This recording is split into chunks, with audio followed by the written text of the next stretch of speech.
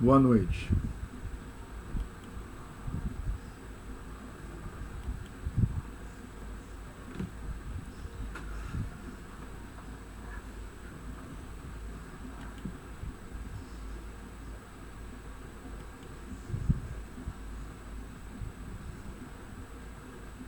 Prosseguindo com o assunto narração,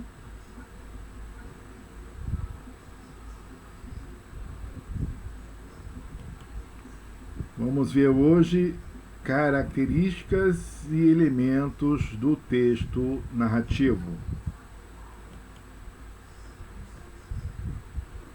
Que tal entendermos um pouco como se estrutura uma narração? Quais são seus elementos constitutivos e suas características?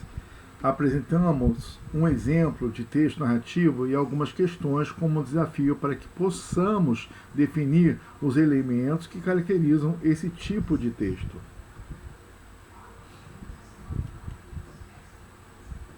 Figura 2. A princesa sobre os colchões.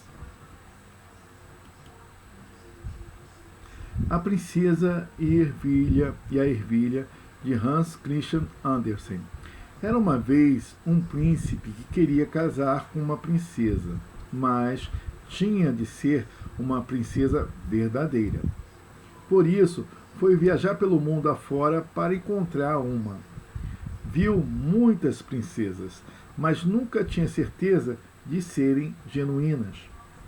Havia sempre qualquer coisa que não parecia estar como deveria ser. Por fim, regressava a casa, muito abatido. Uma noite, houve uma terrível tempestade. No meio dela, alguém bateu à porta e o velho rei, pai do príncipe, foi abri-la. Deparou-se com uma princesa. O estado que ela estava era deplorável. A água escorria-lhe pelos cabelos e pela roupa, e saía pelas biqueiras e pela parte de trás dos sapatos. No entanto, ela afirmava ser uma princesa de verdade. A velha rainha não disse nada e foi ao quarto de hóspede, onde a moça iria dormir, desmanchou a cama toda e pôs uma pequena ervilha no colchão. Depois empilhou mais 20 colchões e 20 cobertores por cima. De manhã, perguntaram-lhe se tinha dormido bem.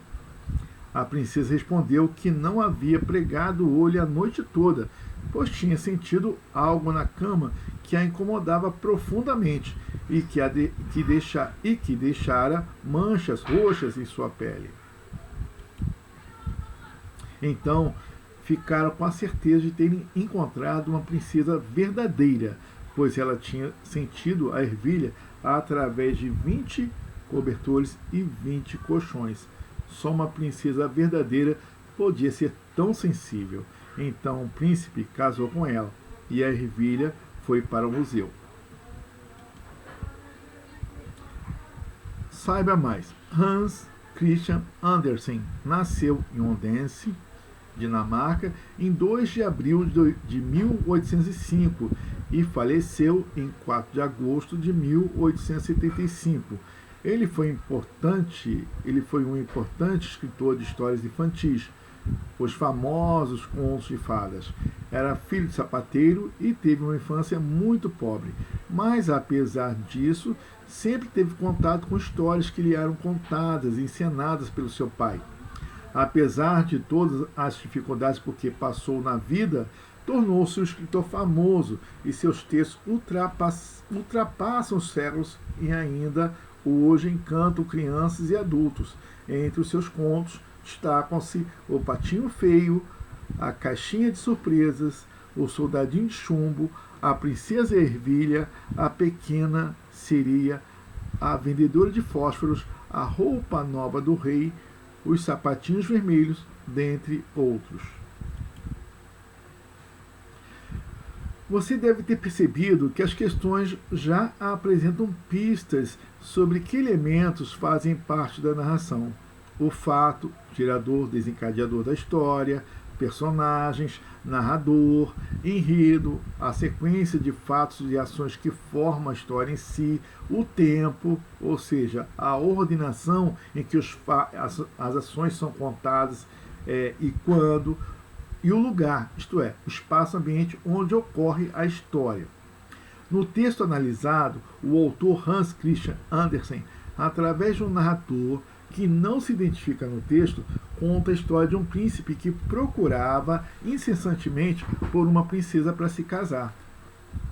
Em dado momento, numa noite de tempestade, após ter retornado à casa, uma moça bate à sua porta. Este fato desencadeia a história. A rainha resolve se certificar da afirmação da moça que era uma princesa e coloca uma ervilha no meio dos colchões e cobertores. E assim a história vai se desenvolvendo, desenrolando-se, até que a moça acorda na manhã seguinte e afirma ter sentido algo que a incomodara em meio às cobertas. Este é o ponto máximo da história. O instante que cria certo clima de suspense no leitor, que vai querer saber o que acontece em seguida. Dessa forma, através dos outros personagens, reconhece-se que ela era mesmo uma princesa, e a história termina com o casamento da moça, agora a princesa, e o príncipe. E é o desfecho da história.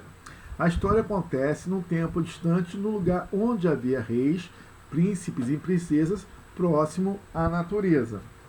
Assim, esse texto é um exemplo típico de narrativa, com elementos característicos da narração: fato, personagens, narrador, espaço-ambiente, tempo, enredo, dividido em apresentação, complicação, o fator problema, clímax e desfecho. E a constituem como tal, ou seja, narração. Vamos sintetizar essas noções?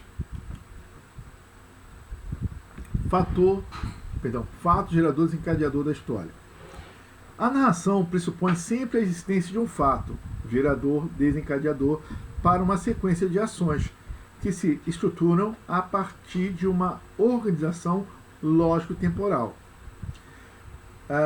Importante, por fato gerador, entende-se aquele que, numa dada situação e tempo, merece destaque e por isso será o que? Narrado. Os fatos geradores podem ser reais ou ficcionais e imaginários, promovendo relatos referenciais e informativos, no caso da narração de fatos reais, ou literários se ficcionais. Esses fatos geram uma sequência de outros fatos que, articulados entre si, formam o enredo da história. Personagens. Uma narração envolve a presença de sujeitos que vivem as ações apresentadas. Esses sujeitos podem ser reais, aqueles que aparecem em relatos referenciais, como notícias de jornal, ou criados pela imaginação de alguém, personagens como nos relatos literários, como o conto, a novela, as piadas, as fábulas, as crônicas, etc. Os personagens são a razão de ser das narrativas, uma vez que os acontecimentos dizem a respeito a eles.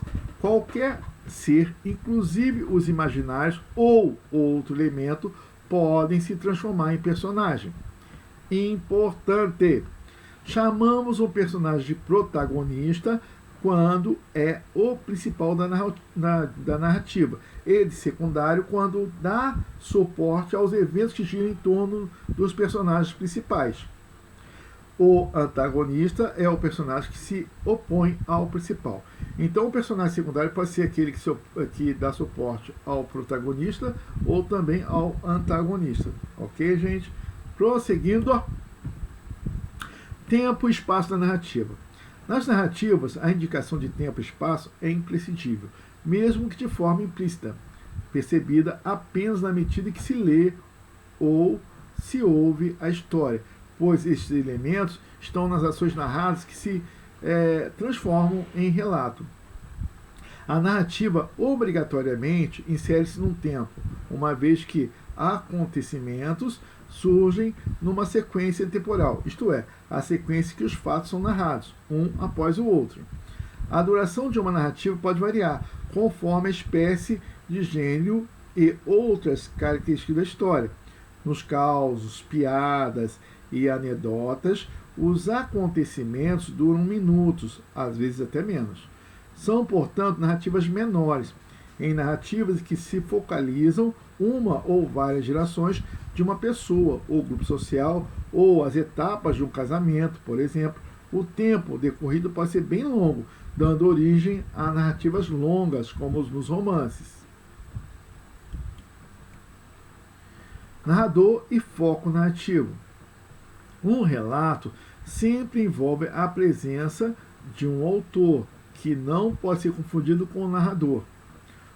Importante, o autor é aquele que idealiza a história e manifesta por meio do texto intencionalidades e objetivos específicos, fazer rir, emocionar, polemizar, informar, etc. O narrador é a figura que assume no texto o papel de ser o porta-voz do autor, a voz que conta a história.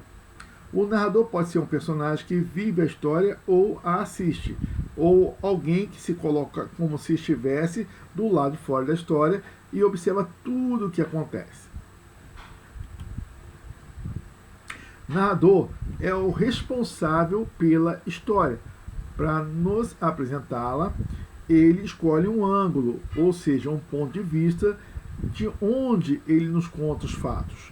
Ele funciona como diretor do filme no cinema. Só vemos o que eles, narrador no texto e diretor no filme, nos permitem ver daquele lugar onde eles nos puseram para tomar conhecimento da história. Importante. Chamamos essa escolha do ponto de vista do narrador e do ponto de vista do narrador, de foco narrativo. Tá? Esse ponto de vista é o foco narrativo. O papel que o narrador tem na narrativa está ligado a esse foco. Letra A. Ele pode contar a história como um personagem, participando e interferindo nas ações narradas. Daí dizemos que o foco narrativo é interno. E o narrador é chamado de narrador personagem ou participante. Letra B. Ou ainda como simples observador, tentando ver objetivamente, sem interferência nas ações dos personagens nos fatos. Nesse caso, dizemos que o foco narrativo é externo. É claro que, conforme o foco narrativo, o ouvinte ou o leitor vai perceber uma história bem diferente, não é? Note a diferença nos exemplos que analisaremos adiante. Se tivermos na narrativa o narrador personagem, esta é construída na primeira pessoa, ou contada na primeira pessoa, eu, nós. Assim também como os pronomes pessoais e os demais pronomes relativos à primeira pessoa. Tá? Veja o trecho a seguir. Já estava cansada de tanto esperar por uma solução para o problema do lixo na nossa comunidade. Resolvi então tomar uma atitude e procurar meu grupo de colegas da escola para, juntos, pensarmos uma campanha para conscientizar a sociedade da importância do cuidado com os resíduos domésticos. É texto especialmente elaborado por esse material, os autores. No exemplo anterior, percebemos que quem conta a história também é o personagem que resolve, depois de muito tempo convivendo com um problema, agir e buscar alternativa de solução. Os elementos em primeira pessoa, como estava, resolvi, o pronome meu, indicam que o narrador é um personagem. Se o narrador não faz parte da história como personagem, mas como alguém que apenas presencia e observa os acontecimentos ou o relato que lhe contaram, a narrativa dá-se em terceira pessoa e o narrador é chamado de observador. Nesse caso, o narrador pretende ou quer dar a impressão de total objetividade e não tece comentários e apenas relata fatos de modo mais preciso possível. Além disso, não se mistura com os personagens. Essa narração externa, mais adiante, raramente ocorre. O narrador, perdão, mais distante, raramente ocorre. O narrador mais comum é o narrador onisciente, aquele que narra em terceira pessoa, sem participar da história. E como um Deus conhece tudo, vê tudo, está em todos os lugares, informa-nos até sobre o espírito dos personagens, seus personagens, suas intenções e sentimentos. Esqueci de falar que isso é importante.